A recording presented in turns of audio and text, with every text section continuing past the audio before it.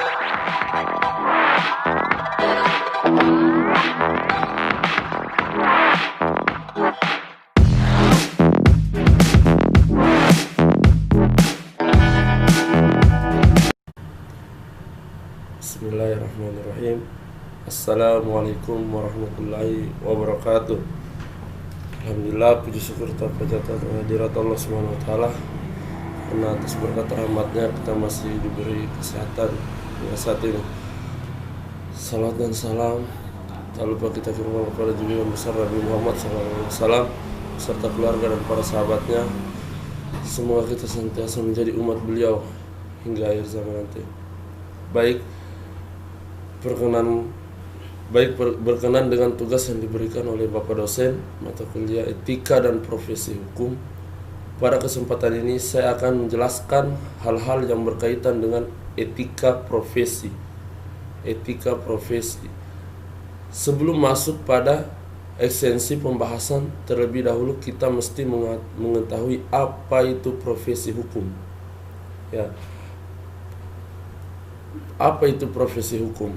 Pertama, kata profesi dalam bahasa Inggris disebut dengan profession, yang dimana dalam bahasa Latin juga disebut dengan professos. Nah, kedua diksi ini memiliki pandangan yang sama, di mana memiliki arti yang serupa, yaitu pekerjaan yang memiliki keahlian tertentu.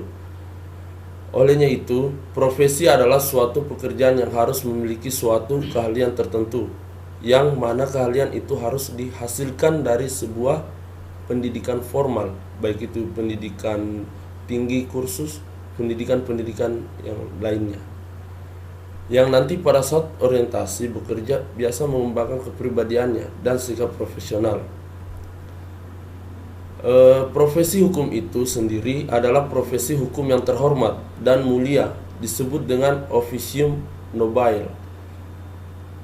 Karena profesi hukum bertugas menegakkan keadilan, mencari suatu kebenaran. Nah, di antara beberapa profesi hukum, diantaranya adalah hakim, yang kedua jaksa, yang berikutnya advokat dan notaris, dan juga polisi. Yang kesemua profesi hukum ini memiliki objek yang sama, di mana pada pandangan masyarakat akan dinilai sebagai penegak hukum yang adil dan profesi hukum yang dijalani. Nah, meskipun penegakan hukum itu dipengaruhi juga oleh kesadaran hukum dari masyarakat, baik kita masuk baik dalam proses hukum itu. Kita masuk pada esensi pembahasan, yaitu etika profesi. Etika profesi yaitu terdiri dari 3 penyajian materi. Yang pertama, saya akan menjelaskan pengertian etika profesi. Yang pertama, pengertian etika profesi menjadi topik pembicaraan yang sangat penting dalam masyarakat. Terjadinya krisis multidimensi di Indonesia menyadarkan masyarakat untuk mengutamakan perilaku etis. Karena selama ini perilaku etis selalu diabaikan. Etis menjadi kebutuhan penting bagi semua profesi yang ada, agar tidak melakukan tindakan yang menyimpang dari hukum. Kita lihat menurut Prakoso Abintaro, etika profesi merupakan etika sosial. Dalam etika khusus mempunyai tugas dan tanggung jawab kepada ilmu dan profesi yang disandangnya. Berikutnya kita lihat menurut Mukhtar Masrur.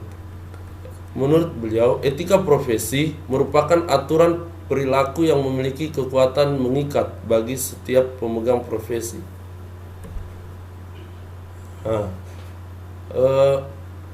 Kita lihat dari pendapat lain. Menurut pandangan lain, etika profesi adalah bagian dari etika sosial, yaitu filsafat atau pemikiran kritis rasional tentang kewajiban dan tanggung jawab manusia sebagai anggota umat manusia. Munculnya etika profesi sebenarnya berasal dari adanya penyimpangan perilaku dari penyandang profesi terhadap sistem nilai, norma, aturan, ketentuan yang berlaku dalam profesinya. Tidak adanya komitmen pribadi dalam melaksanakan tugas, yaitu tidak jujur, tidak bertanggung jawab, tidak berdedikasi, tidak menghargai hak orang lain, dan tidak adil dalam semacamnya. Ya, agar supaya etika profesi dapat ditegakkan dengan baik, maka baik profesi pada umumnya maupun profesi luhur hendaknya memiliki prinsip-prinsip dan disertai kode etik ataupun persyaratan-persyaratan yang harus dipatuhi setiap orang yang terlibat dalam suatu organisasi untuk dapat dijadikan pedoman bagi tercapainya suatu komitmen yang telah disepakati dalam memajukan suatu usaha atau organisasi, terutama dalam memberikan pelayanan kepada masyarakat, terutama itu. Prinsip-prinsip lainnya, prinsip etika profesi pada umumnya dapat berupa prinsip menjalankan profesinya secara bertanggung jawab, komitmen, kejujuran, dan hormat terhadap hak-hak orang lain. Sedangkan prinsip-prinsip etika profesi yang luhur terdapat pula dua prinsip, yaitu mendahulukan kepentingan orang yang dibantu, itu yang pertama. Yang kedua, apakah itu klien atau pasien, dan mengabdi pada tuntutan luhur profesi. Kita lihat contohnya adalah seorang advokat. Dia tidak boleh melabui hakim dengan menyatakan orang yang dibelanya itu tidak bersalah demi untuk dia memenangkan perkara atau mendapatkan bayaran yang tinggi dari kliennya. Atau kita bisa lihat dari contoh lain, seorang sekretaris tidak boleh membocorkan rahasia atasannya langsung kepada pemimpin perusahaan yang lain supaya bisa mendapatkan tambahan insentif dari perusahaan itu. Itu perbuatan yang sangat tidak boleh. Nah, itu poin pertama, pengertian etika profesi. Oke, kita masuk di poin yang kedua. Poin yang kedua yaitu prinsip etika profesi. Prinsip etika profesi. Menurut Yoel Hulu, ada beberapa prinsip etika profesi, yaitu adalah sebagai berikut. Prinsip standar teknis profesi dilakukan sesuai keahlian, dan yang kedua prinsip kompetensi melaksanakan pekerjaan sesuai jasa profesionalnya, dan ketekunan. Beberapa prinsip profesi. Yang pertama yaitu prinsip tanggung jawab. Profesi melaksanakan tanggung jawabnya sebagai profesional. Yang kedua, prinsip kepentingan publik, menghormati publik. Yang ketiga, prinsip integritas, itu menjunjung tinggi nilai tanggung jawab profesional.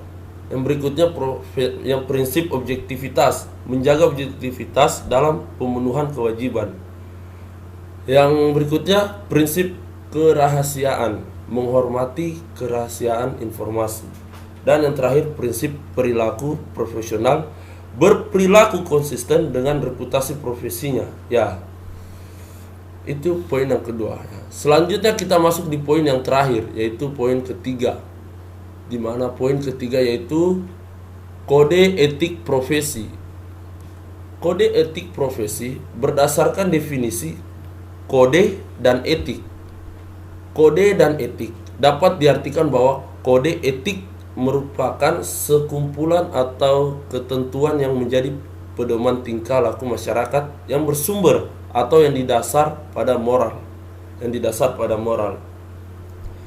Dari sudut filsafat, kode etik sebagai asas yang diwujudkan dalam norma yang diterima sekelompok tertentu sebagai landasan tingkah laku karena norma itu diturunkan dari asas.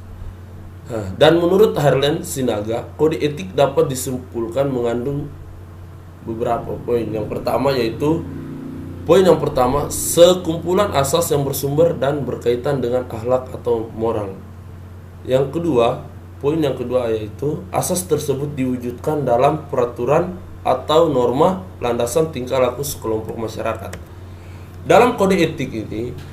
Dalam kode etik profesi ini merupakan produk etika terapan karena dihasilkan berdasarkan penerapan pemikiran etis atas suatu profesi.